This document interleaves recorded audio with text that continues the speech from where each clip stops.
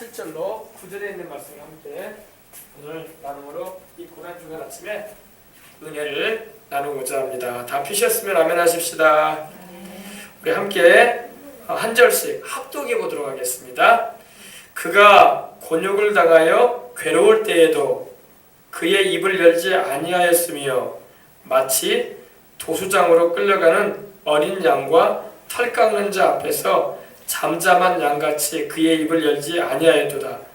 그는 곤욕과 신문을 당하고 끌려갔으나 그 세대 중에 누가 생각하기를 그가 살아있는 자들의 땅에서 끊어짐은 마땅히 형벌받을 내 백성의 허물 때문이라 하였으리요. 그는 강포를 행하지 아니하였고 그의 입에는 거짓이 없었으나 그의 무덤이 악인들과 함께 있었으며 그가 죽은 후에 부자와 함께 있었도다. 아멘. 자, 오늘 이 말씀을 중심으로 해서 예수님 왜 십자가를 지셔야 했는가에 대해서 함께 이 아침에 고난주간 아침에 은혜를 나누고자 합니다. 주님이 물고기 2마리와 떡 5개로 남자만 5,000명, 여자와 어린아이까지 합치면 수만 명을 먹이시는 기적을 행하셨을 때 당시 그 기적과 주님의 그 능력을 목격한 이들은 유대인들이죠. 그들은 예수님을 자기들의 왕으로 세우려고 했어요. 임금으로 삼고자 했다고 성경에 말씀을 합니다. 그때 우리 주님은 유대인들의 그러한 생각과 또 그러한 조짐이 일어나는 것을 보시고 그 자리를 바로 피하십니다. 주님이 세상에 오신 것은 세상의 왕이 되셔서 권력을 행사하시고 세속적인 영광을 이루기 위해서, 야망을 이루기 위해서 오시지 않았다는 것입니다. 주님은 고난의 십자가를 지시고 대속의 죽임을 당하심을 통해서 우리 인생들의 영혼을 구원하시는 구주로 오신 것이기 때문입니다. 오늘은 이 고난주간이기 때문에 우리 주님이 십자가를 지신 이유에 대해서, 왜 예수님께서 십자가를 지셔야만 했는가에 대해서 함께 은혜를 나누고자 합니다. 첫째로 당시 유대인들은 그들이 바라본 메시아에 대한 기대가 이런 메시아에 대한 기대를 가졌습니다. 하나님의 아들이신 주 예수님이 세상에 오셔서 그 일하실 당시에 다니엘 선지자가 예언을 했는데 이 로마 제국은 쇠와 같이 강한 제국이라고 미리 예언을 한 적이 있어요. 다니엘서 2장 30절을 보면은 이 쇠와 같은 나라가 일어난다고 했습니다. 그게 바로 이 로마 제국이었어요. 세상 나라가 일어나는 것도 여러분 하나님이 다 이미 내다보시고 말씀하신 것입니다. 우리는 알아야 돼요. 로마 제국의 이 지배하에 있었던 당시 이스라엘 민족은 언젠가 이방의 이 강한 나라인 이 로마로부터 자신을 해방시켜주고 독립왕국을 세워 다윗 시대와 같이, 다윗 왕이 다스리던 그런 시대와 같이 강성대국을 이루어줄 하나님께로부터 보내심을 받은 메시아를 기대를 했어요.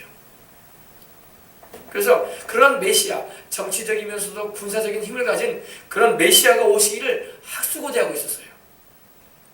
어떻게 보면 출애굽기를 보게 되면 모세를 하나님 보내셔가지고 애굽의 이집트의 학정하에 있었던 이 고역 가운데 고생을 하고 살고 있던 이스라엘 민족을 구출해낸 것처럼 또 다른 모세와 같은 인물이 하나님께서 우리 민족에게 보내실 메시아일 것이다. 그래서 애굽에서 이스라엘 민족, 우리 조상들을 구출해내셨던 것처럼 이런 이 로마 제국의 이 체제하에 눌려 살고 있는 우리를 자유케 해줄 메시아가 올 것이라는 그런 기대를 가지고 있었다는 겁니다.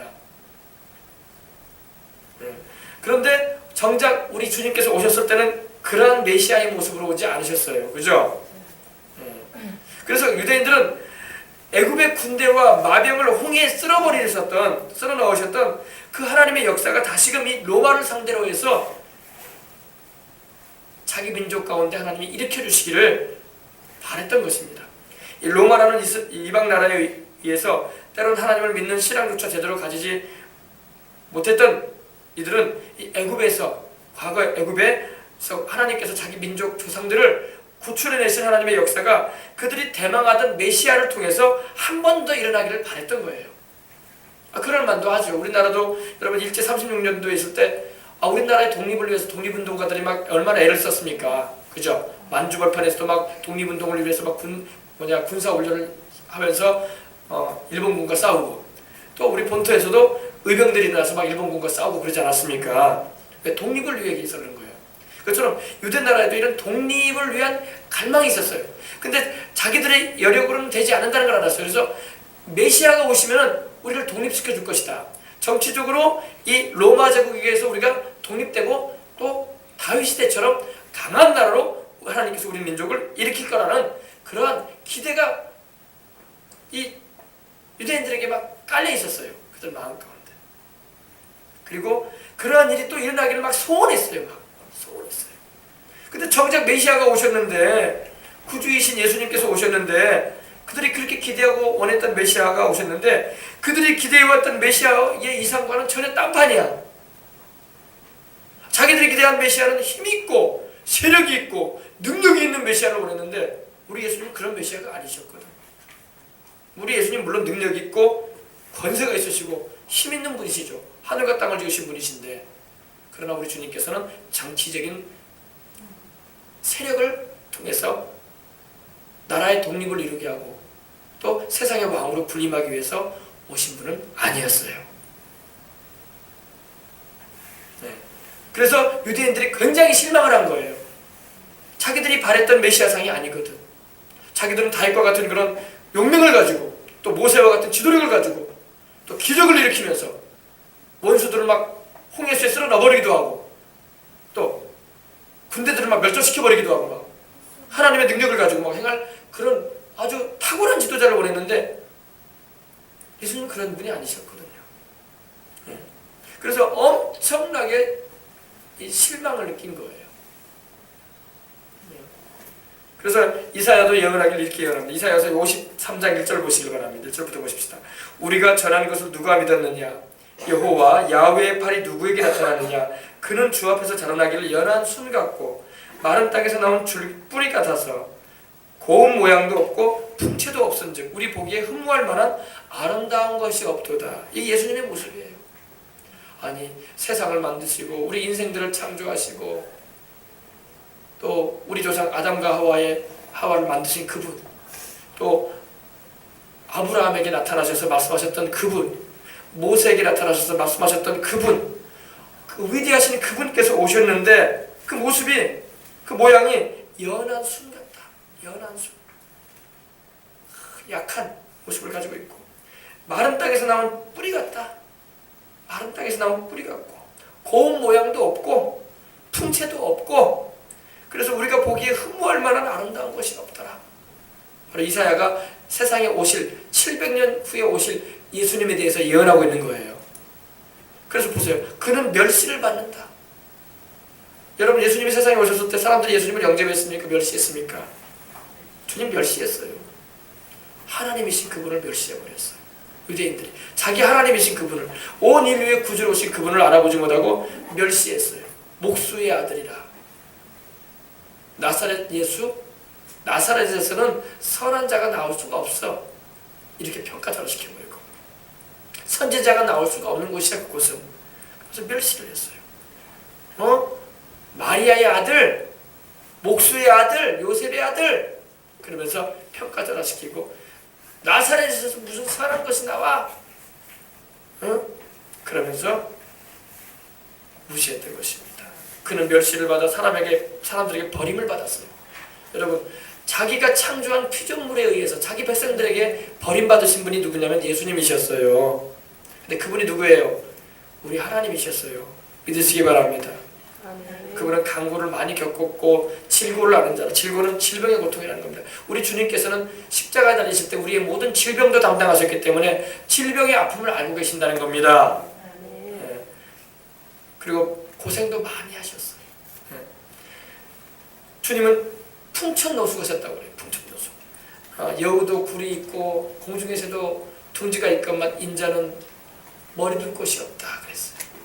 제자들과 함께 그냥 여관 그냥 들판에서 주무시고 기도하시다가 주무시고 제자들과 함께 그렇게 다니셨어요. 그러니까 사람들이 볼 때 메시아일 수가 없는 거야. 어떻게 저런 거지 같은 인생을 살아가는 사람이 메시아이란 말인가. 알고 봤더니 그분이 우리 하나님이신데 다 눈이 가려져가지고 몰라. 저렇게 거짓 세상 말로 동랑시같이 다니면서 12명 제자라고 해가지고 다 씻지도 못하고 말이야. 머리도 막 감지도 못한 상태로 막 옷을 한 벌 단벌 신사를 입고 다니면서 자기가 메시아라고 이렇게 행동하는 그런 모습들을 볼 때 사람들이 볼 때는 비웃을 거리밖에 안 된 거예요. 자기 신세나 좀 고쳐보지. 뭔 남의 신세를 그렇게 말할 수 않겠습니까? 알고 봤더니 그분이 바로 우리 주님이셨어요. 멸시를 당하셨고 또 우리도 그를 귀히 여기지 아니하였다고 했어요. 예수님을 귀히 여길 줄 몰라서 그분이 바로 우리를 만드신 하나님이요 우리의 구주시고 주님이신데, 정말 우리 예수님은, 여러분, 메시아로 오신 우리 주님은 왕이 거처하는 궁궐에서 태어나지도 않으셨고 요사이처럼 산부인과에서 처음 인생의 첫날을 맞이하지도 않으셨어요. 그분은 우리간에서, 동물 우리간에서 세상에서의 첫날을 지내셨어요. 그리고 요람도 없으셨어요. 주님은 그 짐승의 우리간의 그 구유, 밥 먹는 구유통에서 주님은 하루에 세상에서의 첫날을 지내셨어요. 할렐루야. 우리 주님이 얼마나 겸손하시고 얼마나 사랑이 많으신 분이라는 것을 우리는 잊지 말아야 할 줄 믿습니다. 평범한 목수의 아들로 자라나셨어요. 평범한 목수의 아들. 두각을 나타내는 것도 없으셨어요. 물론. 평범한 목수. 오늘날로 말하면 건축하는 사람, 나무로 건축하는, 못질하고 나무 깎아가지고 집 지어주는 사람의 아들로 주님께서 조용하게 인생의 세월을 33까지 지내셨던 것입니다. 더구나 당시에 그 율법학교라고 해서 오늘날로 말하면 이 고등 공부를 한 분도 아니야. 대단한 교수에게서 수학을 받으신 것도 아닙니다. 그야말로 평범하게 자라나셨어요. 목수의 아들로. 주님은 침례 요한에게서 침례를 받으시고 자신을 드러내실 때까지는요, 아무도 그분에 대해서 알아보지 못했어요. 그냥 목수의 아들이다, 마리아의 아들이라고 하지, 이 정도. 한 번은 예수님께서 공생애를 시작한 후에도 바리새인들이 와서 동전하나를 보이면서 가이사에게 세금을 바치는 것이 맞는 일입니까? 라고 질문을 드렸을 때에도 주님은 자신이 세상의 정치적인 메시아로 오시지 않았다는 것을 확실히 드러내십니다. 그러면서 그때 예수님께서 말씀할 때 가이사의 것은 가이사에게 바치고 하나님의 것은 하나님께 바쳐라 그러셨어요. 할렐루야. 왜냐하면 그 당시 유대인들은요, 어떻게 하나님의 백성인 우리가 가이사한테 우리가 세금을 낼 수가 있냐, 하나님께만 드려야지, 그러면서 그런 의식이 팽배했어요. 그때 예수님께 질문했던 게 바로 그거예요. 바리새인들이 가이사에게 세금 바치는 거 맞지 않는 일 아닙니까? 우리는 하나님께만 바쳐야 되는 거 아니냐고 그랬어요. 그때 예수님께서는 아니다, 너희가 가이사에게 바칠 것이 있으면 바쳐라, 세금 낼 거 있으면, 그리고 하나님의 것은 하나님께 드려라 그러셨어요. 우리 예수님은요, 이 로마의 통치에 대해서 인정하셨다는 겁니다. 그러니까 유대인들이 볼 때는 영 아니야. 이제 이 사람이 정말로 하나님이 보낸 메시아라면은 로마를 대항해서 싸워줘야 되고, 또 우리 민족을 독립시켜줄 수 있는 그런 사람이 돼, 모세 같은 지도자가 돼야지. 세상에 로마의 제국도 인정해줘 버리고, 그리고 저항도 할 줄 모르는 그런 사람이네 하면서 영 예수님에 대해서 기대감이 완전히 무너져 내리는 거예요. 진정 하나님께로부터 오신 메시아라면 애굽에서 민족을 구출해내시는 일에 앞장섰던 모세나 전쟁에 능했던 다윗과 같은 인물일 것이라고 예상을 했는데, 그들의 기대에는 대단히 못 미친 그저 목수의 아들, 신앙심이나 좋아 보이는 그런 사람의 모습으로 예수님이 보였다는 것입니다. 주님은 그들이 민족적인 소망으로 여겼던 민족 이스라엘의 독립에 대해서도 나중에 승천하실 때에도 주님은 말씀하기를 너희의 알 바가 아니다, 하나님 아버지께서 자기의 권한을 주셨다고 하시므로 여전히 독립에 대해서도, 독립이 언제 될 것입니까? 라는 그런 말에 대해서도 주님은 아직 주님께서 때가 이르지 않았다라는 말씀을 하실 뿐이지, 그들이 그렇게 염원하는 것도 들어주지도 않은 것 같아. 여러분, 참 우리 주님을 따르면 모든 게 응답되고 모든 것이 내가 원하는 대로 될 것 같은데, 여러분, 하나님의 때와 내가 때는 다른 거예요. 주님은 그거에 대해서 너희는 그걸 알 바가 없다, 너희 알 필요 없다, 너희는 오직 성령 받으면 복음 전하거라. 할렐루야. 그러셨어요. 정작 이스라엘 민족이 요구했던 것은 자기 민족이 로마에 대해서 해방되고 독립되는 것인데, 주님은 그거에 대해서도 너희가 그건 알 바가 아니다, 그걸 아버지께서 자기 고난해 주셨으니 너희는 이제 성령 받고 복음 전하거라 그러신 거예요. 그게 사도행전 1장 6절로 8절에 보면 나옵니다. 그러므로 유대인들이 기대했던 메시아는 그런 메시아가 아니었단 말입니다. 그렇기 때문에 예수님께 실망을 하고 주님을 십자가에 못 박는 일을 한 거예요. 알겠습니까? 오늘도 예수님에 대해서 정확하게 모르면요, 그런 방향으로 흘러가고 말아요. 그런 방향으로 예수님에 대해서 바르지 못한 이해와 자기 실망에 빠져 나중에 자기 실망에 빠져가지고 주님을 떠나버리기도 하고 그리고 주님을 믿으려고 하지 않는 길로 가기도 해버린다는 것입니다. 둘째로, 그러면 하나님이 보내신 메시아이신 예수님은 어떤 분일까요? 인생들의 죄를 대신하여 고난을 먼저 받음으로 인류를 죄와 사망의 그 절망에서 구해내시는 메시아인 것입니다. 하나님이 그의 독생자 예수님을 이 죄 많고 어둠이 지게 깔려 곳곳에 슬픔과 고통이 있고 저주와 죽음이 휘몰아치는 이 세상에 보내신 것은 정치적인 개혁이나 혁명이나 한 나라의 독립이나 강성대국을 만들어주기 위해서 오신 것이 아니었다는 겁니다. 이 현실 세계를 막 부욕케 하고 번영으로 이끌어줄 그런 메시아가 아니라는 거예요. 깜짝 놀란 말이죠. 아니 예수님이 오신 것은 뭡니까? 예수님이 오신 것은 죄값으로 사망을 당하게 될 우리 영혼을 구원하기 위해서 오신 거예요. 알겠습니까? 이 현실 세상을 막 변화시켜가지고 부자 되게 해주고 번영시켜주고 발전시켜주기 위해서 오신 게 아니에요. 알겠습니까? 그러한 것은요, 하나님을 믿고 따르고 순종할 때에 하나님이 덤으로 허락하시는 은혜일 수는 있어요. 그러나 그 목적을 가지고 예수님께서 오신 것은 아니에요. 주님은 우리 영혼 구원하기 위해서 오셨다는 것입니다. 만일 우리 육신의 삶이, 저나 여러분의 이 육신의 삶이 죄의 결과인 죽음을 맞이하지 않고 육신이 만약에 죽지 않고 영원히 산다고 하십시다. 그러면 우리 주님께서 그러한 세상 만들어주기 위해서 오실 거예요. 그런 세상 만들어주기 위해서 오실 수 있어요. 그래서 정치적인 혁명도 일으켜주시고 유대나라 독립시켜주고 강성되고 일으켜줄 수 있을 겁니다. 주님은 충분히 그런 능력과 권세가 있으세요. 그러나 사람이 죽는단 말이에요. 사람은 누구나 죄를 범하고 죽음으로 내리다가요. 지금 계속요. 죽음을 향해서 간단 말입니다. 그렇기 때문에 이 육신의 삶에 주님은 관심을 가지고 계신 게 아니라 영혼을 구원하기 원하셨다는 겁니다. 육신은 100년도 못 살잖아요. 그렇기 때문에 우리 영혼에 관심을 두시고 너희 영혼을 내가 구원하기 원한다. 거기에 우리 주님은 목적을 두시고 세상에 오신 거예요. 아무리 여러분 부귀영화를 누리고 지휘권세를 누리고 호의호식하고 잘 살아도 100년 못 살잖아요. 죽거나 뭐 끝나는 거예요. 그럼 그 영혼은 어디 가냐고. 죄값으로 멸망당하고 말거든요. 주님은 거기에 초점을 맞추신 거예요. 그래서 항상 우리 주님은 영혼이 잘 되기를 원한다라고 말씀하시는 거예요. 범사보다 건강보다 영혼이 더 우선되다는 겁니다. 알겠습니까? 네. 그래서 우리 주님이 세상에 오신 목적은 우리 영혼 구원해 두셨어요. 우리를 부자 되게 해주고 건강하게 해주고 잘 살게 해주고 출산시켜주고 그거는 둘째 문제야. 영혼에 우리 주님은 초점을 맞추고 계셔요. 그래서 십자가 지신 거예요. 만약에 우리 주님께서 우리 범사나 건강에만 초점을 맞추고 계셨다면 주님께서 십자가 지지 않으셨을 거예요. 만약 우리가 육신적인 삶이 죄값으로 죽는 그런 인생이 아니라 계속 살게 되는 인생이라면 주님께서 능히 그렇게 해줄 수도 있는 분이에요. 그러나 우리에게는 누구나 죄값의 사망이 다가온단 말입니다. 그 사망의 권세에서 우리를 노연하게 하기 위해서는 주님이 우리 죄값을 짊어지시고 십자가를 지셔야 되는 거예요. 그래서 유대 나라의 독립이나 번영을 위해서 예수님은 오시지 않으셨어요. 주님께서는 영혼을 구원하기 위해서 오셨다는 것입니다. 사람은 누구나 죄값으로 인해서 죽을 수밖에 없어요.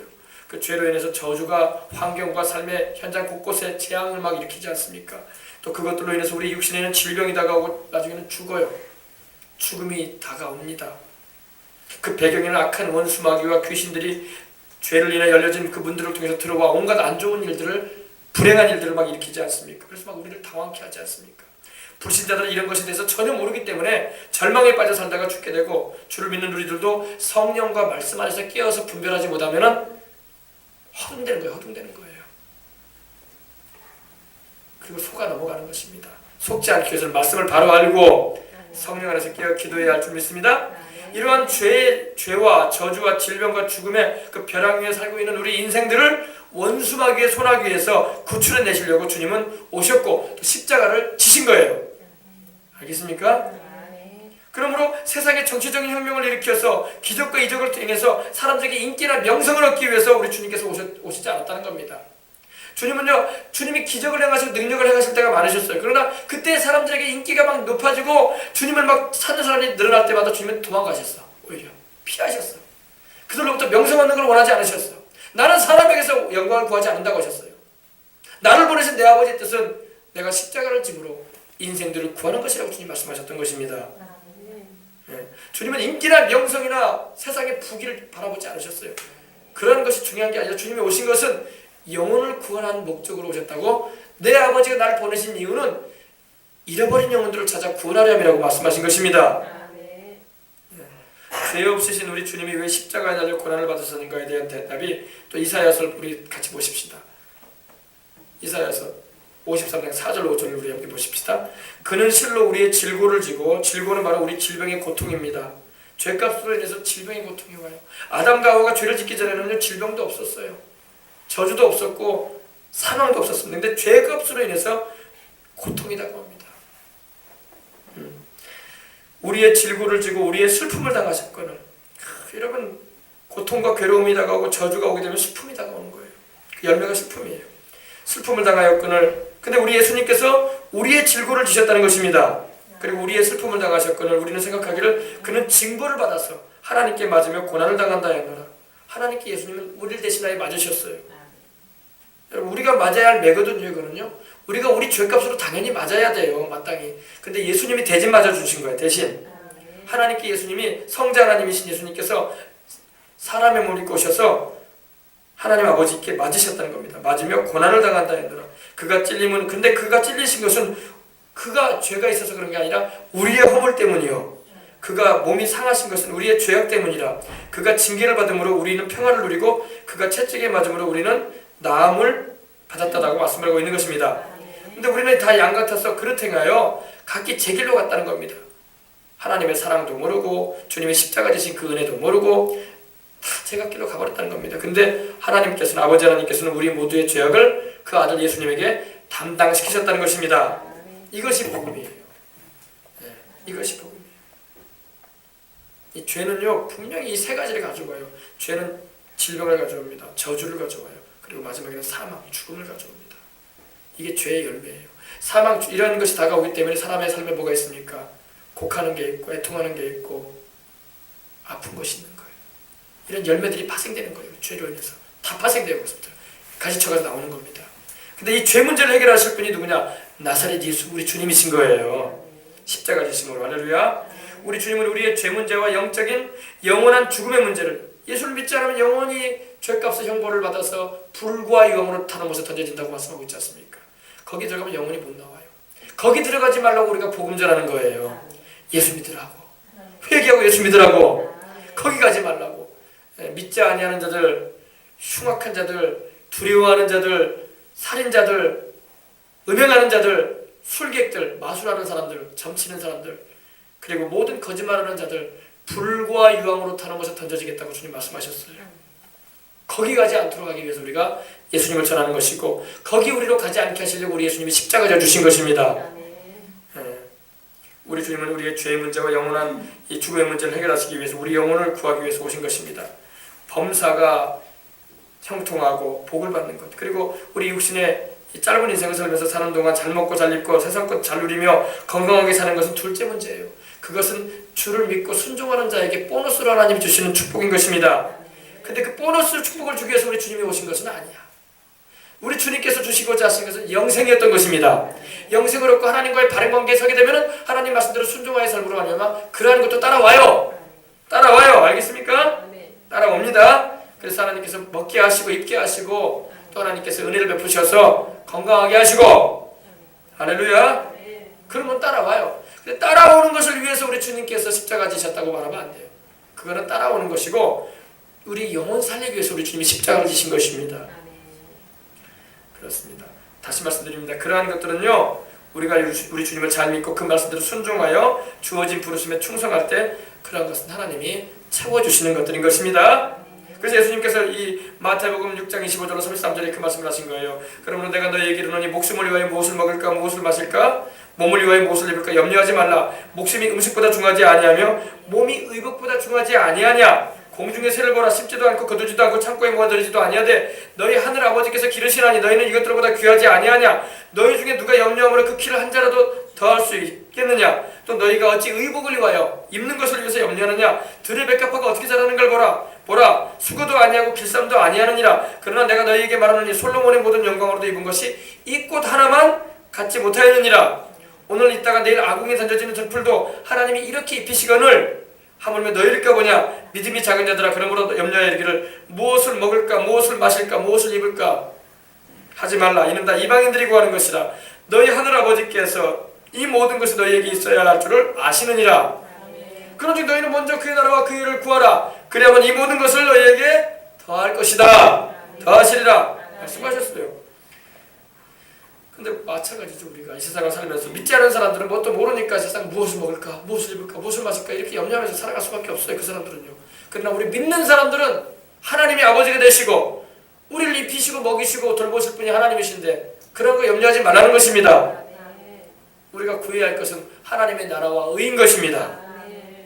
예, 그렇습니다. 우리들이 먼저 구해야 할 것은 먼저 구하고 그래야 되는데 먼저 구해야 할 것은 또 먼저 위해야 할 것을 뒤로 미룬 채 당장 내 생각과 내 안일과 내 일락과 내 야망을 위한 것만 구하게 된다면 하나님의 더하시는 역사는 없는 거예요. 하나님이 더하실 수가 없는 거죠.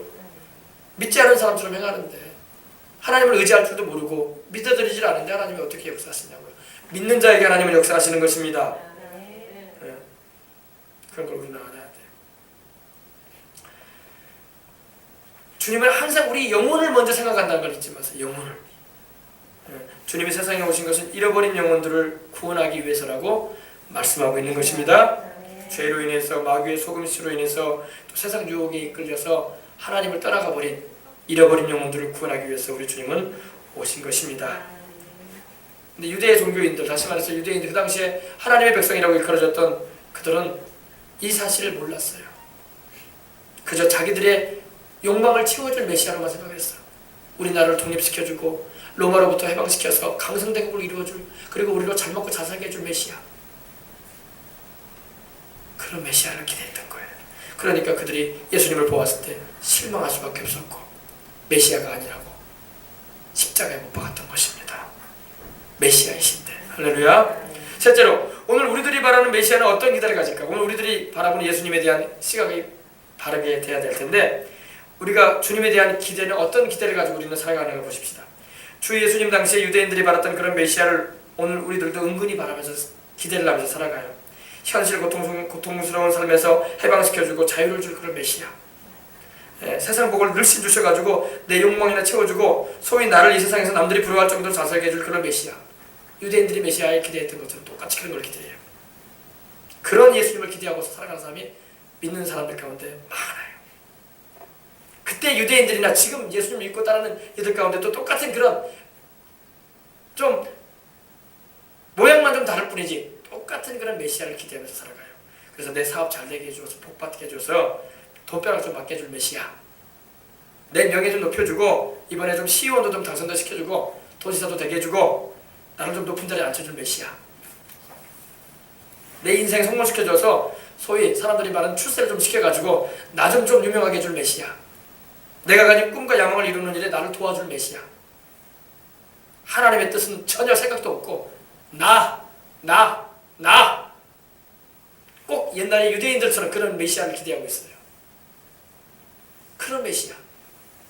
여러분 교회 다니는 분들 가운데 큰 교회든 작은 교회든 막론하고 다 그런 신앙에 머물러 있는 사람이 수두룩이에요. 옛날 유대인들이 가졌던 그런 메시아를 가지고 있어요. 우리나라 독립시켜주고 우리를 좀 잘 먹고 잘 살게 해줄 메시아. 그러니까 오병이어 기적 일으키니까 그저 좋아가지고 우리 왕대 이어주십시오. 아이고 당신이 있으니까 너무 좋습니다. 우리 왕대 해주십시오. 그것만 생각하는 메시아. 그렇게 생각하는 메시아. 근데 그것이 바로 다 오늘날 우리 예수님을 믿고 따르는 이들의 마음 가운데 도사리고 있어요. 그런 마음들이. 하나님의 뜻을 모르고 나의 욕심만을 이루려는 생각으로 예수님을 따르는 이들이 얼마나 많은지 몰라요. 하나님, 그러기 때문에 한국교회가 문제가 이렇게 많이 발생되는 거야. 주의 종들한테도 그런 문제가 발생되고 성도들도 그렇고 다 유대인들처럼 그런 메시아상을 가지고 있는 거야.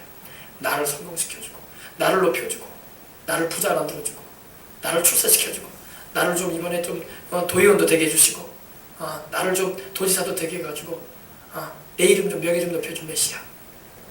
그 당시에 예수님을 따라갔던 제자들이 다 그랬었거든요. 그래서 나중에 크게 회개하고 돌이켰던 거예요. 예수님은 그런 메시아가 아니신데. 알겠습니까? 주님이 당시 계실 당시에도 그런 일들이 허다했어요. 제가 말씀드린 대로 요한복음 6장을 보면요, 주님이 오병이어로 5천 명, 남자만 5천 명, 여자가 어린아이까지 먹일 때는요 2만 명 이상을 먹이셨어요. 왜냐면요 남자가 5천 명이면 보통 남자보다 여자들이 더 많이 모여요. 교회도 그래요, 안 그래요? 보통 7대3의 비율이라고요. 어느 교회든 가보면요 남자와 여자의 비율이 7대3이야. 여자가 7이고 남자가 3이란 말입니다. 그러면 또 거기 또 애기들까지 포함시켜봐요. 그 비율로 따지면요 2만 명 이상이 모였단 말입니다. 그 많은 사람들을 주님께서 먹이시는 기적을 행하시고 병자들을 막 고쳐주시는 능력을 나타내시자 그 수많은 사람이 배가 불렀던 사람들의 마음에 이분이야말로 우리 민족의 소망, 로마로부터 독립을 시켜주고 독립왕국을 일으켜주고 강성대국으로 우리를 배불리 먹게 해주고 경제생활 책임져줄 메시아다. 의식주가 풍성하게 되어지고 살기 좋은 세상 만들어줄 메시아다. 그런 기대가 꽉 들어차가지고 예수님을 왕으로 세우자는 말이 나오기 시작했어요. 여기저기서. 요한복음 6장 14절로 15절에 이렇게 말씀합니다. 그 사람들이 예수께서 행하신 이 표적을 보고 말하되 이는 참으로 세상에 오실 그 선지자라 하더라. 그러므로 예수께서 그들이 와서 자기를 억지로 붙들어 임금을 삼으려고 하는 걸 아시고 다시 혼자 산으로 가셨다고 했어요. 우리 예수님은 그런 왕이 되기 위해서 오신 분이 아니라는 거예요. 그때 우리 주님은 자신이 세상의 어느 한 나라의 임금이 되기 위해서 오신 것이 아니라 인생들을 죄와 사망에서 구하러 오신 구주이시기 때문에 자기를 왕삼으로 했던 그들을 단호히 떠나가십니다. 단호히 떠나가십니다. 나는 너희들에게 이러한 왕이 되기 위해서 온 것이 아니다. 주님은 하나님의 인류 구원의 뜻을 이루기 위해서 하나님의 어린 양으로서 십자가의 대속의 죽음의 잔을 마시기 위해서 오셨던 것입니다. 그래서 마태복음 20장 28절에 인자에 온 것은 자기 목숨을 많은 사람의 대속물로 주려 함이니라 이러셨어요. 대속물이 왜? 대신해서 내가 죽기 위해서 왔다. 너희 죄인들을, 너희 죄 가운데 죽어가는 너희 인생들을 살리기 위해서, 너희 영혼을 구원하기 위해서 내가 왔다고 말씀하신 것입니다. 우리 예수님께서 또한 가이사랴 빌립보 지방에 가셔가지고 베드로와 제자들에게 물어보실 때 사람들이 인자를 누구라고 할 때에 더러는 세례요한, 더러는 엘리야 이렇게 말할 때, 그러면 너희들은 나를 지금 따라다니고 있는데 너희들은 나를 누구라고 하느냐 할 때 베드로가 말하기를 주는 그리스도요 살아계신 하나님의 아들이십니다라고 할 때에 그 고백이 있은 후에 주님께서 말씀하시기를 이제 내가 예루살렘에 올라가서 장로들과 대제사장들과 서기관들에게 많은 고난을 받고 죽임을 당하고 제3일에 살아나야 할 것이라고 말씀을 하셨던 것입니다. 주님은 세상에 오신 분명한 목적이 거기에 있었어요. 주님이 세상에 오셨던 것은 세상의 영광과 부귀와 명성을 얻기 위해서 오신 것이 아니었던 것입니다. 우리 주님은 능히 그런 걸 능히 누릴 수도 있는 분이고 그보다 더 큰 영광을 가지신 분이에요. 그런데 주님께서 세상에 오실 때 그러한 것을 누리기 위해서 오셨다고 말씀하지 않습니다. 오히려 우리 주님께서 그런 걸 누리려면 세상에 오지 않으셨을 거야. 왜? 천국의 그 영광이 더 커. 천국에서 온 우주를 통치하는 그 권세가 더 커. 그 영광이 더 크고 그 능력이 더 크고 그 존귀가 더 큽니다.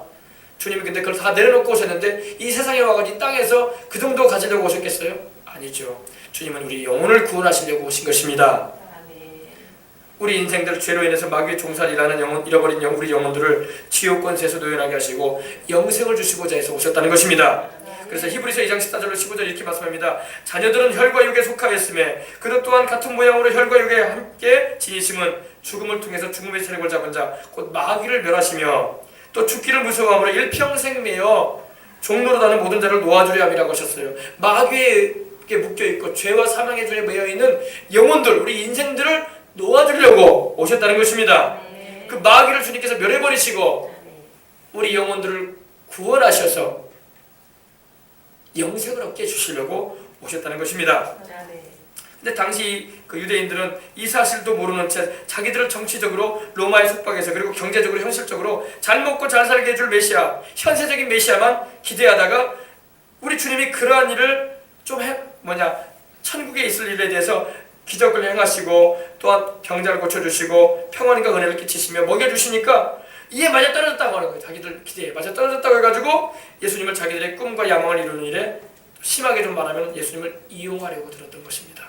그러나 그들의 속셈을 주님은 알고 계셨어요. 주님은 그들의 속을 들여다보시면서 말씀하셨던 게 이겁니다. 요한복음 6장 26절에 이렇게 말씀합니다. 예수께서 대답하여 이르시되 내가 진실로 너희에게 이르노니 진실로 너희에게 이르노니 너희가 나를 찾는 것은 표적을 본 까닭이 아니요 떡을 먹고 배불렀기 때문에 나를 찾아오는구나 말씀하셨어요. 정확하게 주님 지적하셨습니다. 너희가 나를 따르는 것은 나를 진정 믿어 영생 얻기 위해서 따라온 게 아니라 너희가 지금 배부르구나. 배부르기 때문에 그 배부름 때문에 날 따라오는구나 말씀하신 거예요. 우리는 여러분 배부름이 있기 때문에 우리 주님을 따르는 게 아닙니다. 잘 아셔야 돼요. 오늘 교회를 다니면서 수많은 사람이 이런 생각을 했죠. 떡이 배불렀던 사람들처럼 배부르기 때문에 난 예수님을 따라간다 이 말이 아니에요. 이거는 유대인들이 그 당시에 주님을 잘못 알고 행했던 거와 똑같이 우리가 행하는 거예요. 우리 주님은요 물론 우리를 주님께서 먹이시고 입히십니다.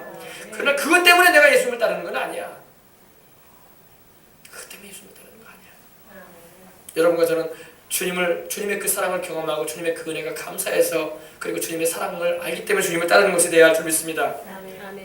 주님이 오병이의 기적을 나타내신 것은 하나님의 살아계신 것과 자기 백성을 향한 사랑을 보이신 거예요. 그러나 다시 말해서 현실적으로 먹고 배부르고 편안해 보이는 것, 그보다 더 크고 중요한 것이 있는데 그것은 바로 우리 영혼을 살리기 위함이었던 것입니다. 육신의 인생은 잠시 잠깐이면 지나가요. 그리고 죽은 후에는 남는 것은 우리 영혼만 덩그러니 남아요. 육신을 벗어버릴 거예요. 그렇게 꾸미고 단장했던 육신의 몸 벗어버리고 우리가 갑니다. 옷 하나 제대로 우리가 가져가지 않아요. 우리 영혼만 남아요. 주님은 우리 그 영혼에 관심을 주셨던 거예요. 네 영혼 내가 구원하기 원한다. 할렐루야. 네. 그 영혼을 살리려고 주님이 살아있는 떡으로 생명을 주시는 양식으로 오셨다고 주님은 말씀을 하십니다. 요한복음 6장 32절로 31절에 계속 말씀하십니다. 예수께서 이르시되 내가 진실로 너희에게 이르노니 모세가 하늘에서 너희에게 하늘로부터 떡을 준 것이 아니라 내 아버지께서 너희에게 하늘로부터 참떡을 주시라니 하나님의 떡은 하늘에서 내려 세상에 생명을 주는 것이니라. 그들이 이르되 주여 이 떡을 우리에게 주소서 항상 주소서. 예수께서 이르시되 나는 생명의 떡이니 내게로 오는 자는 결코 줄이지 아니할 터이요 나를 믿는 자는 영원히 목마르지 아니하리라. 주님께서 떡에 대해서 말씀하시니까 그들은 또 육신적인 떡을 생각했어. 주님이 또 기적을 일으키는가 보다. 또 육신에 맛있는 떡을 준비해 주셔서 주는가 보다 생각을 했어요. 근데 주님께서 그때는 이 말씀하십니다. 내가 바로 살아있는 떡이다. 내가 바로 살아있는 떡이다. 나를 믿거라. 그럼 너에게 영원히 목마르지 않을 것이고 줄이지 않을 것이다. 육신의 그 떡이 아니라. 알겠습니까? 근데 유대인들은 자기들을 육신적으로 배부르게 하고 당장에 편안하게 해주니까 그것이 주님이 오신 목적이라고 생각했어요. 그것은 주님이 오신 목적이 아니에요. 주님은 우리 영혼을 구원하셔서 영혼이 배부르게 해주시고 영혼이 목마르지 않게 해주겠다고 말씀하신 것입니다. 우리 주님은 이런 그들에게 자신이 바로 하늘로서 내려온 생명의 떡이라고 말씀을 하십니다. 자신을 믿으라는 말씀을 하시면서 자신이 그러한 현세적인 정치적인 해방이나 경제적인 혁명이나 일으키는 세속적인 메시아가 아니라는 겁니다. 영혼을 살리는 구주로 오셨음을 알려주신 거예요. 이 생명의 말씀을 깨닫지 못하고 많은 사람이 그 자리에서 주님을 따라갑니다. 왜? 떡 안 줬다고. 떡 안 줬다고. 우리 배부르게 떡 주라는 게 떡 안 주고 뭔 소리 하는 거예요? 자기가 자기 살을 그 우리한테 준다는 것이요? 자기가 떡이라면서 이해를 못하는 거예요. 주님은 영적인 말씀하시는데 지금 영혼 살리겠다고 말씀하시는데 그래서 그들의 눈에는 계속 주님께서 오병이어 기적에 가가지고 떡 주신 것만 생각하고 왜 떡 안 만들어내냐고. 떡 달라고. 그래서 실망하고 떠나가는 거예요. 여러분 육신적인 크리스찬은 여전히 세상적인 것만은 관심을 가져요. 떡에만 관심을 가져. 육신의 떡만. 그러나 영적인 영의 눈을 열리게 되면은 육신의 떡도 우리가 먹고 살아야 되죠. 그러나 영혼이 더 중요하다는 걸 알게 됩니다. 요한복음 6장 66절에 그때부터 그의 제자 중에서 많은 사람이 주님을 따라갑니다. 못 알아듣는 말 했다 이거예요. 달라는 떡을 안 주고 뭐 자기가 떡이라고? 이게 뭔 소리야 이게 하면서 떡을 안 주고 말이야 하면서 따라가 버리는 거예요. 여러분 우리가 세상적인 것을요 여러분 하나님보다 더 사랑하게 되면은 떡을 구하던 사람들처럼 따라가게 돼 있어요. 그들은 육신의 떡밖에 몰라. 자기 영혼의 생명에 대해서는 깜깜해. 알겠습니까? 그들이 진정 우리 주님이 누구신지 바로 알고 따랐다면 주님을 떠나지 않았을 것입니다. 그들의 영혼도 지금까지 2000년간 그들은 그래서 주님을 따라간 영혼들이 지금 어디 갔겠어요? 육신의 떡만 냅다 먹고 살다가 지옥으로 들어간 거예요. 다 죄 중에 살다가 육신의 떡만 냅다 먹다가 자기 영혼 망하는 줄도 모르고 주님 따라가다가 다 지금 어디 갔겠어요? 천국에 못 갔지 뭐. 여러분이나 저는 그러지 마십시다. 사람이 떡으로만 사는 거, 육신의 떡으로만 사는 게 아니라 하나님의 입으로 나오는 말씀으로 살아야 돼요. 할렐루야. 주님은 그 제자들에게, 그리고 주님은 이제 남겨져 있는 제자들에게 얼마나 많이 떠나갔던지 없어요. 사람이 다 떠나갔어. 주님을요. 다 떠나갔어. 그때 주님께서 제자들에게 말씀하십니다. 베드로를 비롯한 제자들에게 요한복음 6장 67절 69절에 말씀합니다. 예수께서 12제자에게 이르실 때 너희도 가려느냐, 너희도 저들처럼 가겠느냐, 내가 너희에게 떡을 안 만들어낸다고 너희들이 갈 것이냐 이렇게 물어보신 거예요. 너희들의 그 욕구를 안 채워준다고 해서 너희들이 갈 거냐, 내가 너희들이 구하는 것을 내가 안 들어준다고 해서 너희들이 갈 거냐 이 말이에요. 쉽게 말하면요. 그러니까 시몬 베드로가 뭐라고 합니까? 주여, 영생의 말씀이 주께 있는데 우리가 어디로 가겠습니까? 베드로는 정말 수제자가 될 만해. 주님, 영생의 말씀이 주님께 있는데 우리가 떡 안 준다고 주님을 떠날 수 없습니다. 우리가 주는 하나님의 거룩하신 자 예수인 줄 믿고 알고 있습니다. 할렐루야. 베드로 떠나지 않았어. 제자를 떠나지 않았어요. 떠날 사람은 다 떠나고 끝까지 주님께 남은 사람, 이들은 영생까지 들어가는 거야. 떠난 사람들은 영생 못 얻었어요. 말씀을 잘 알아야 돼요. 우리가. 할렐루야. 갈 수 없지. 베드로의 대답은 정확했어요. 갈 수 없지요. 주님을 떠나면 영생 잃어버리는데, 주님 떠나면 영생 잃어버려요. 떡은 육신의 생명만 잠깐 육신의 쪽으로만 만족만 주지 영혼에는 전혀 만족이 없어요. 영혼은 우리 주님만이 만족을 주십니다. 육신의 삶은 잠시 잠깐이에요. 근데 영혼은 영원하단 말입니다. 주님을 떠나면 영생을 잃는 것이요 영혼의 생명은 끝장이 나는 겁니다. 그래서 요한일서 5장 11절 12절 20절 한번 보시길 바랍니다. 요한일서 찾아보세요. 이 말씀을 찾아봐야 돼요. 요한일서, 요한계시록 바로 앞에 있죠. 요한 1, 2, 3 유다서 다음에 계시록이 나오니까요. 요한일서 5장 11절 12절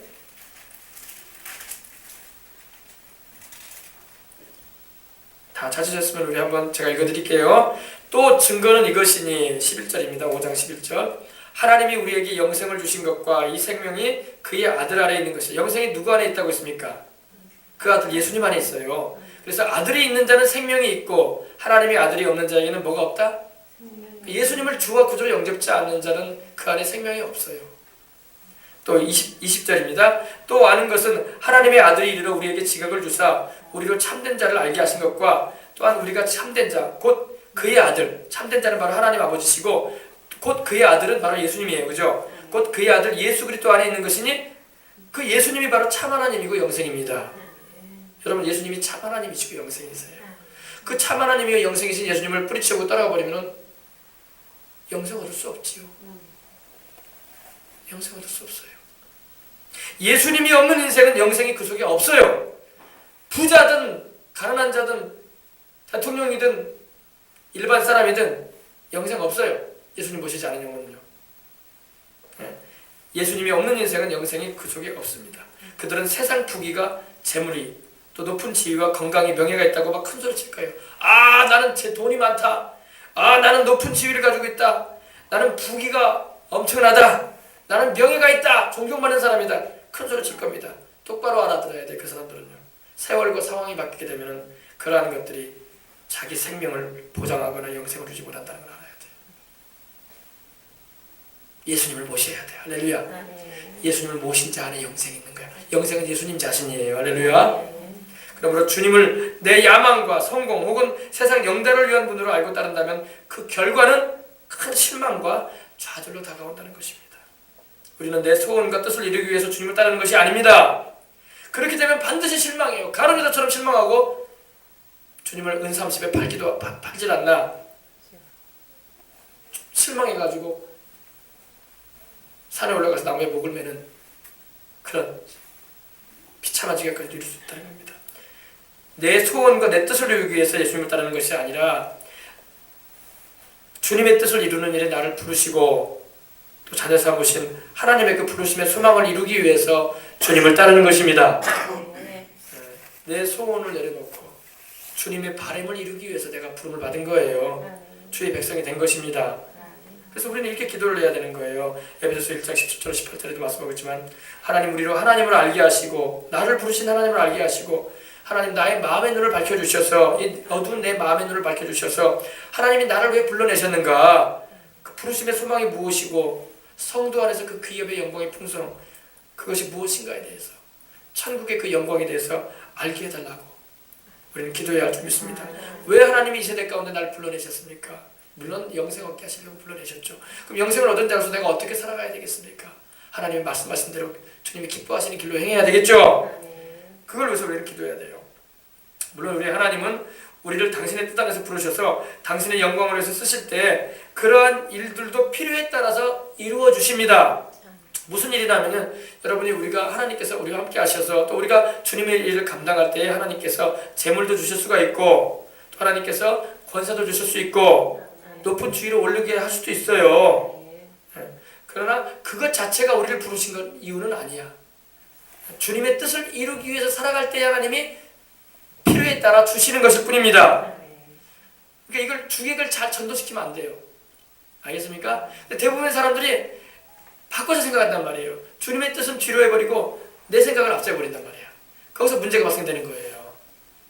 알겠습니까? 하나님의 뜻을 이루는 삶을 살아가도록 하기 위해서 하나님께서 재물도 많이 맡기시고 또 지위 권세도 주시기도 하시고 또 명성도 얻게 하신다는 것입니다. 이건 다 하나님 자신의 영광을 위해서 하나님의 이름과 나라를 위해서 우리로 하여금 그러한 것을 얻을 수 있도록 하나님이 역사하시는 것입니다. 그래서 우리가 이렇게 이런 바른 믿음을 가지고 주님을 따르게 되면은 하나님께서 그러한 은혜도 우리로 경험할 수 있게 하신다는 것입니다.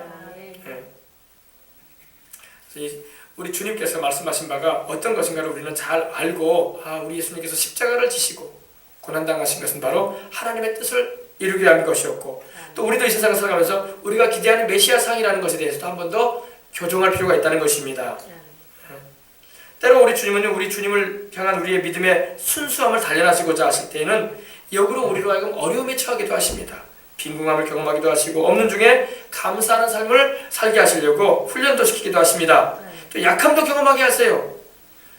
여러분 성경에 보세요. 아브라함이 처음부터 그렇게 강대한 자가 됐습니까? 아브라함이 얼마나 약한 자였는지 몰라요.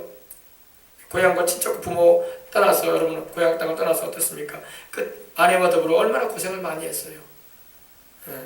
주변 이방국들에게 위협을 당하기도 하고 또 이삭과 야곱의 생애도 보세요. 이삭도 얼마나 여러분 물론 복도 받고 하나님께서 축복해 주셨지만 그 인생에 얼마나 시련과 어려움이 많았습니까? 우물을 파놓으면 막 브리스인들이 와가지고 뺏어가 버리고 또 파놓으면 또 뺏어가 버리고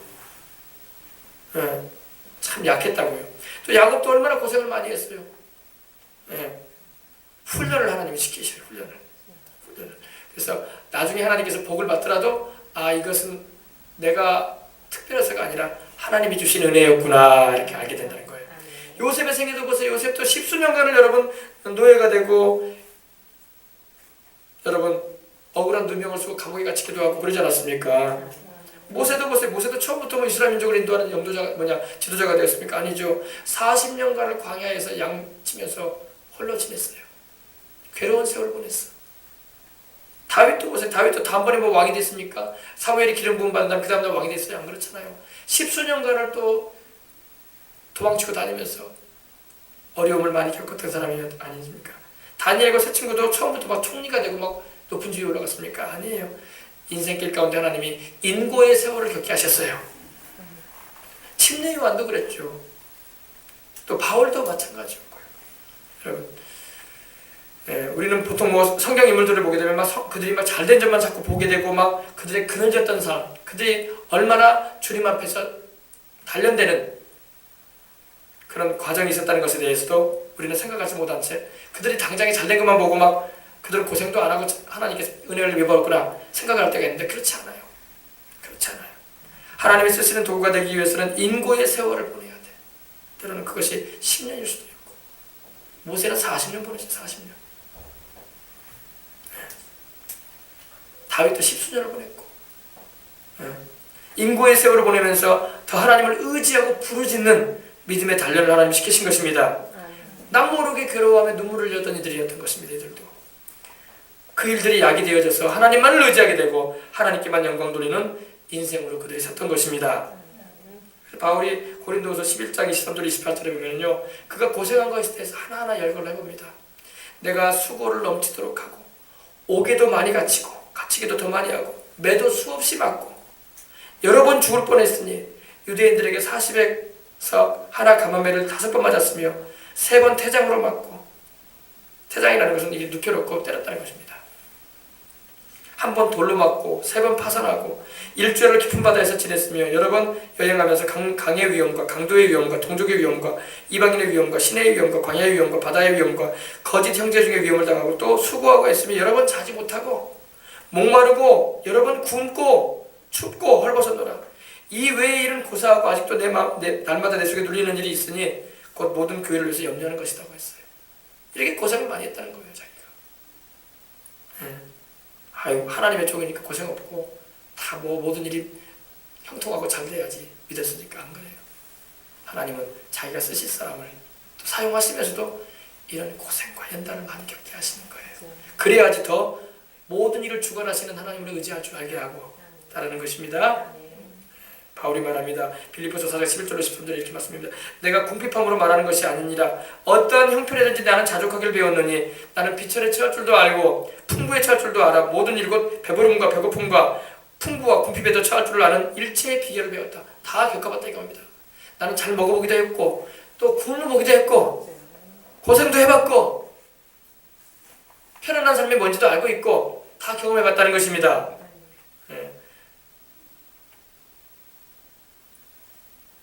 우리보다 먼저 이 주님의 부름을 받고 먼저 주님을 잘 섬기다가 천국에 이르는 하나님의 사람들의 삶을 성경을 통해서 우리는 알 수 있습니다. 그들이 하나같이 자기 야망을 이루거나 세상의 부귀영화를 누리는 길로 가지는 않았어요.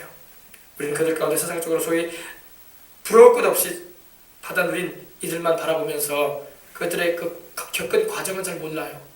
보려고도 안 합니다.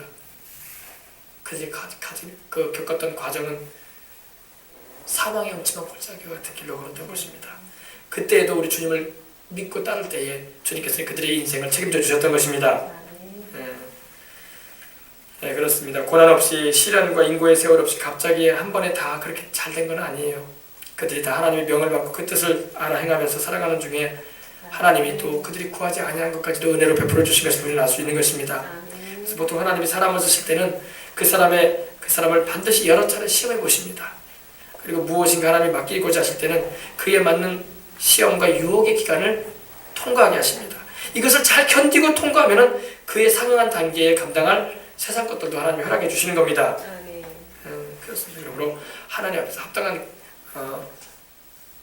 주님 보실 때에 그런 자격을 갖춘 그릇들이 되시면 그런 은총을 입을 수도 있다는 것입니다. 그래서 우리가 예수님을 따르는 분명한 동기가 바라야 되고 또 하나님께서 우리가 주님을 따르는 것은 내 소망과 내 뜻을 이루기 위해서 따르는 것이 아니라 우리 주님이 십자가를 지시기 전에 기도했던 것처럼 내 원대로 하지 마옵시고 아버지 뜻대로 되기를 원합니다 라고 했던 것처럼 우리 주님의 뜻이 이루어지기를 위해서 우리는 기도하면서 부름을 받았으니 그러한 삶을 살아가는 저와 여러분이 되어야 할 줄 믿습니다. 할렐루야. 아무튼 여러분 알아야 할 것은 우리 주님이 우리 영혼을 어마어마하게 사랑하신다는 거예요. 우리 영혼을 사랑하시기 때문에 주님께서 십자가의 고난을 마다하지 않으시고 우리 죄값의 형벌을 대신 받아주신 것입니다. 한번 우리 주보 한번 보십시오. 주보에 있는 내용 한번 읽어드릴게요.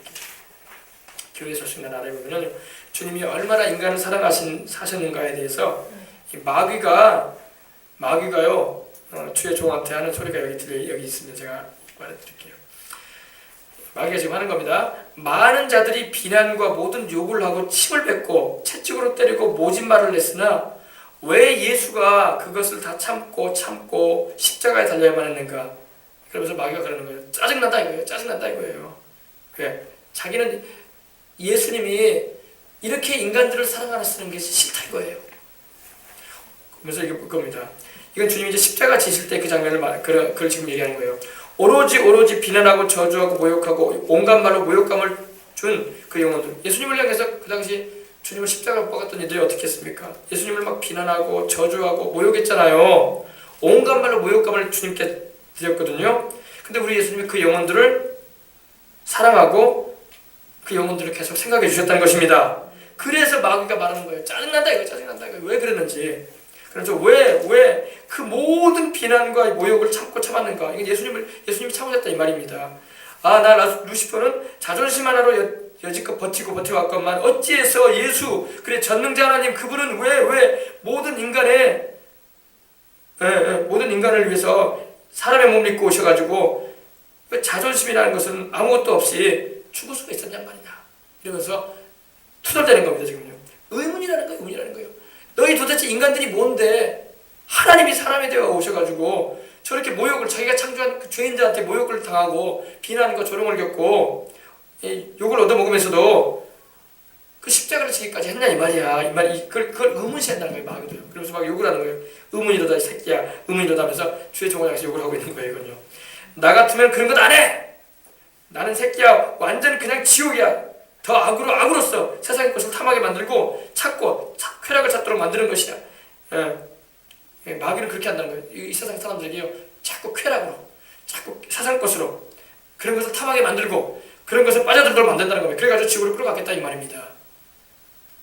내가 그리도 사랑 자체이신 예수께서 왜 나에게는 만큼은 그렇게 하지 않으셨던 거. 이게 뭐냐면 우리 주님께서 십자가 지신 것은 타락한 마귀들을 구원하기 위해서 십자가 지신 거 아니에요. 우리 사람 구원하시려고, 죄에 빠진 우리 인간들을 구원하시려고 십자가 지셨기 때문에 마귀가 막 그러는 거예요. 왜 우리를 위해서는 예수님이 왜 그러지 않으시냐. 지금 그 투덜대는 거예요. 지금요 마귀가. 여러분, 주님은 타락한 천사들을 구원하신다는 말씀 없어요. 성경에. 귀신들을 구원해주겠다는 말씀 하지 않으셨어요. 그러니까 왜 우리들은 안 사랑해주냐 이 말이에요. 쉽게 말하면은 마귀가 지금 그러는 거예요. 왜 우리는 안 사랑해주고 사람만 사랑하냐. 사람들에게는 회개할 수 있는 기회를 주고 왜 우리는 회개할 수 있는 기회도 안 주냐. 그걸 말하는 겁니다. 근데 베드로서 2장 24절에는 이렇게 말씀하고 있어요. 하나님이 범죄한 천사들, 지금 마귀가 되고 귀신들이 된 그들을 향해서 그들을 용서치 않겠다고 하셨어요. 하나님이요. 여러분, 우리 사람들을 향해서 하나님이 용서치 않겠다고 하면 얼마나 절망이겠어요. 그러나 하나님께서는 우리를 향해서는 내가 너희를 용서하기를 원한다. 회개하고 오거라. 할렐루야. 마귀와 귀신들을 향해서는 주님이 용서하겠다고 말씀 안 하세요. 그리고 주님이 십자가 지신 것은 우리 사람 영혼을 구원하기 위해서 십자가 지신 거지 귀신이나 마귀를 구원하려고 십자가 지신 게 아니에요. 그러니까 지금 마귀가 그러는 거예요. 막 분을 내고 막 억울해하는 거예요. 왜 우리는 사랑 안 해주냐고. 그거예요. 그렇기 때문에 이 마귀가 그러는 겁니다. 그렇기 때문에 예수님께서 너희들을 그렇게 사랑하기 때문에 나도 단칼에 너희 인간들을 지옥으로 끌어가는 거야. 이렇게 말하는 거예요. 내가 너희 영혼들 죽게 해가지고 지옥으로 끌어당기겠다는 거예요. 왜? 막 분해가지고. 이래서 마귀가 여러분 우리 인간들을 미워하는 거예요. 그리고 예수님을 향해서 막 증오심을 가지는 거야. 알겠습니까? 보세요. 마지막 줄 한번 보십시다. 죄에 빠진 인간들은 내가 예수께 호소하고 예수께 청구하면 예수도 어쩔 수 없이 그 영혼을 나에게 내어줄 수밖에 없으나 이게 무서운 말이에요. 여러분. 죄 짓고 방황하면서 살면서요. 여러분 자랑할 거 하나도 없어요. 왠지 아십니까? 마귀가 청구한다고 했죠. 마귀가 청구해요. 예수님께. 하나님께 구해요. 저 영혼 나한테 달라고. 저렇게 죄짓고 하나님을 대적하고 하나님 비웃고 살고 있는 인간들 하나님 뭐 어떻게 참습니까? 나한테 넘기십시오. 내가 단번에 죽이겠습니다. 지옥으로 끌어갈 것입니다. 그런다는 거예요. 그럼 예수님께서도 참다 넘기신다는 거예요. 왜? 그러니까 여러분 이런 대형 사건들이 막 일어나는 거예요. 예수님 믿지 않은 사람들이 한 번에 막 죽어가는 일들이 왜 벌어지는지 아십니까? 주님께서 안 놓치려고 그래요. 그 영혼들을 끝까지 구원하고자 하는 마음을 가지고 있어요. 그리고 참고 기다리셔요. 근데 그들이 끝까지 주님을 대적하고 그 한도를 넘어서까지 막 활동을 하잖아요. 그러면서 주님께서 그 마귀에게 넘겨버린단 말이에요. 영혼을. 넘기신다는 거예요. 무시무시한 거예요. 영혼. 근데 여러분 보세요. 뒷절은 중요합니다. 예수가 붙들고 생명사기로 빛으로 감싸고 있는 영혼. 그 영혼이 누구냐? 회개하는 영혼이에요. 회개하는 영혼은 마귀도 손을 못 댄다는 겁니다. 내가 아무리 예수한테 호소해봐라. 그 호소가 먹히는 이게 무슨 말이냐? 내가 그 회개하는 영혼들 예수님 믿고 주님께 붙들림을 받고 있는 그 영혼들을 나한테 달라고 해도 예수님 절대 안 된다는 거예요. 그래서 예수님 믿어야 되는 거야. 알겠습니까? 자기가 아무리 달라고 해도 예수님이 안 주신다는 거예요. 왜? 예수님이 절대 주실 리가 없지. 내 택한 내 백성이고 내 피값으로 산 내가 사랑하는 내 백성인데 내 자녀인데 내가 왜 너한테 주냐. 그러시는 거죠. 당연하죠. 그러나 죄 가운데 살면서 하나님을 믿지도 않고 하나님의 사랑도 거절해버리고 천년만년 사건처럼 막 교만하게 행동하고 하나님을 비웃고 주님의 그 사랑을 짓밟고 살아가는 사람들 주님께서 참다 넘겨버릴 수 있단 말이에요. 그러면 죽는 거야. 마귀가 가만 안 둬요. 도적질하고 죽이고 멸망시킨다고. 운사처럼 들어다니는데 가만 둘 것 같습니까? 마귀는